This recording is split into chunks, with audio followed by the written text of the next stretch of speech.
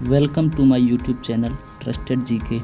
Today's our topic is President, राष्ट्रपति। आइए जानते हैं इनसे जुड़े कुछ पॉइंट्स के बारे में। First citizen of country, Bharat के प्रथम नागरिक होते हैं राष्ट्रपति।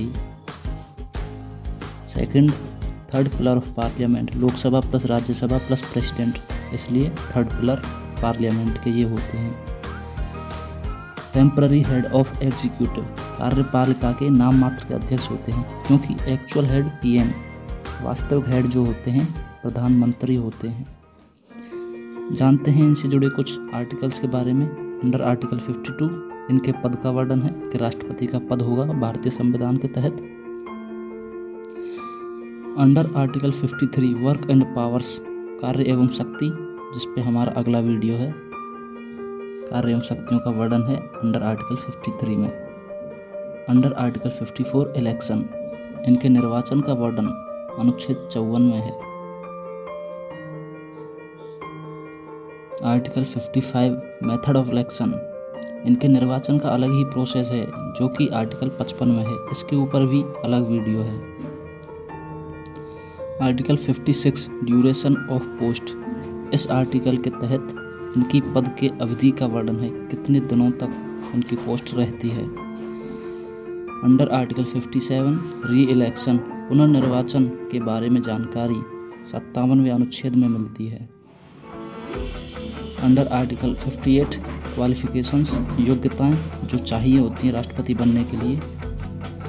अंडर आर्टिकल 59 ओथ, शपथ के बारे में जानकारी अनुच्छेद 59 में है।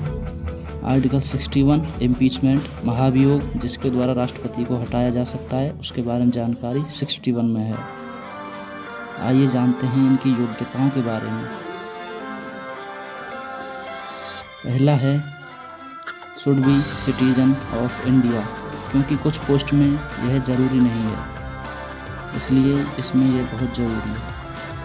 35 साल आयु पूरी कर चुके हों, अगर एक दिन भी कम होता है तो ये चुनाव में खड़े होने योग्य नहीं है। Should be able to be MP in Lok Sabha, Lok Sabha में सदस्य बनने योग्य हों। चौथा जानते हैं should not be at any beneficial post, किसी लाभ के पद पर ना हो। सरकारी नौकरी लाभ का पद है, मंत्री राज्यपाल लाभ का पद नहीं है। 50 प्रोपोनेंट्स एंड 50 अप्रूव्ड मेंबर्स, 50 प्रस्तावक होने चाहिए और 50 सहमति देन के नाम की होने चाहिए। Duration of post generally 5 years होती है, सभी जानते हैं। शपथ वाले दिन से अगले 5 वर्ष तक।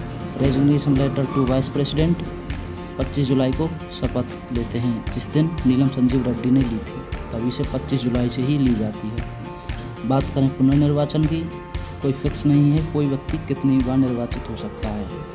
यूएसए में ये संख्या केवल 2 बार है। बेल मनी, जमानत राशि, ये एक प्रकार की वो राशि है जो चुनाव में खड़े होने से पहले जमा करवाई जाती है। इस चुनाव में अगर कैंडिडेट 1/6 वोट्स प्राप्त नहीं करता है तो ये जब्त हो जाती है, 15,000 रुपये। शपथ चीफ जस्टिस ऑफ इंडिया के द्वारा दिलाई जाती है, अगर वो अनुपस्थित होते हैं तो वरिष्ठ न्यायाधीश के द्वारा दिलाई जाती है। इम्पीचमेंट, महाभियोग, आइए बात करते हैं।